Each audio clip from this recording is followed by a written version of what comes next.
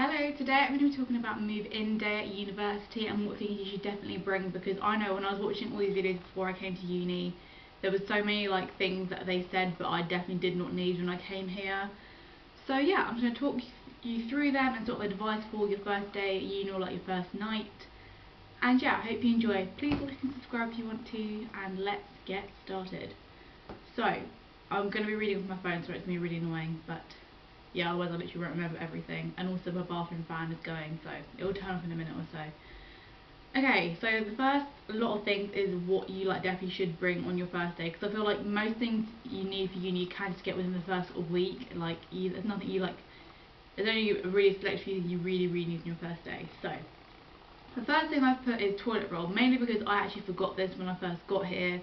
So obviously we arrived in my room, we all needed the loo after a long car journey, and I was like, shit, I've got no loo roll. We did have tissues, we just used them.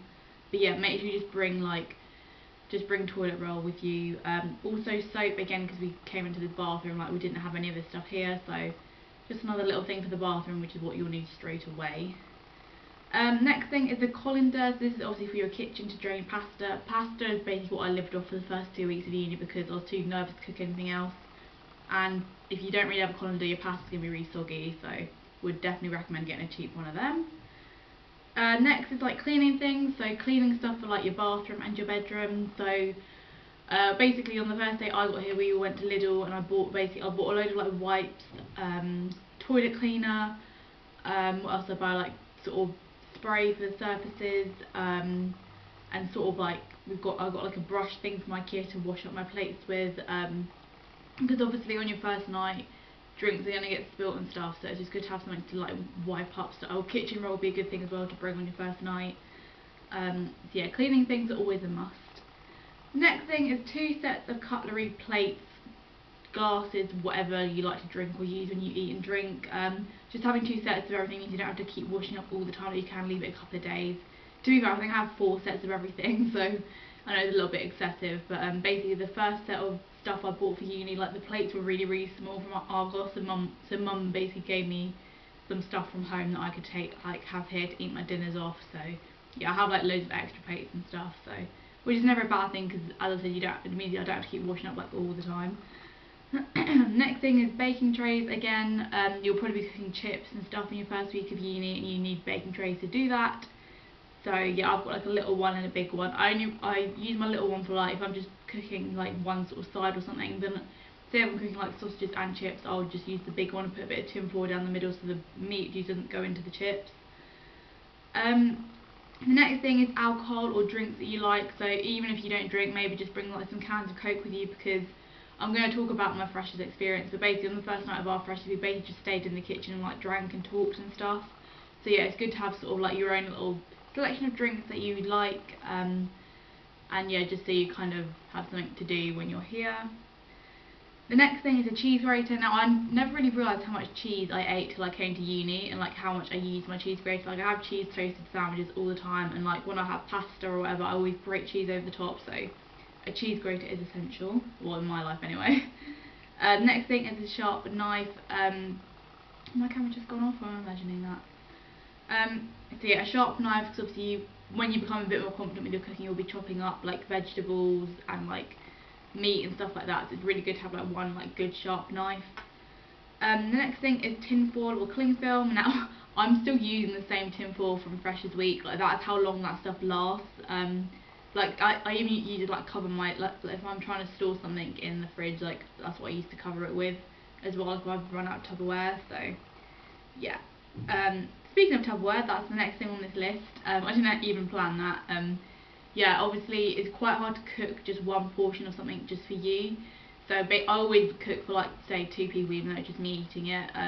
So yeah, it's always good to have a bit of Tupperware. So if you've got extra food, you can either put it in your fridge or freezer. So yeah, Tupperware is really good.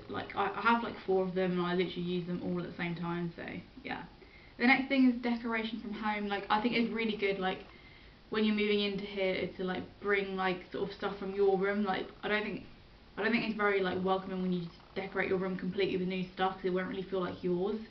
So a lot of the only stuff that's really new in this one, I'd say new, the stuff I bought for uni was basically my bedding and like my duvet and stuff. Like everything else here, it's little things I bought from home apart from the mirror which is there and like a jewellery box. Like everything else I bought from my room back home.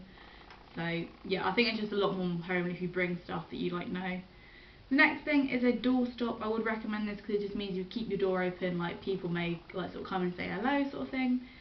I did bring a doorstop, but it's actually not heavy enough for my sort of fire door here, so if you're getting one, I'd definitely recommend ones that you can like push under the door because they can just kind of wedge it in place rather than sort of big kind of sack ones which have little bean bags in. Like I definitely recommend getting one you just wedge under because they're much better for heavier doors. The next thing is pins, because you're going to have a massive pin board in your halls room and the university don't like sort of provide you with pins, so I'll definitely recommend getting a big pack of them, so just so you can hang up your pictures and things like that. And speaking of that, I would definitely recommend bringing your pictures and posters from home just so it feels a little bit more homely and it's just like nice to see like your loved ones every day on the wall. That sounds really cringe, but yeah.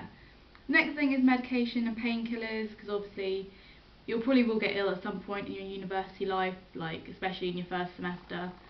And also if you're someone like me who takes like sort of daily medication, it's really good to get that sorted before you come to uni. So what I did is I got like a month extra for when I got here, just so when I could sort out my doctor's surgery here, like I still had stuff with me. So like I never ran out of my medication. Next thing is, so when you do your food shop, just buy really easy things like you know how to cook. So I bought like some bolognese my first week, like pesto pasta, that kind of thing.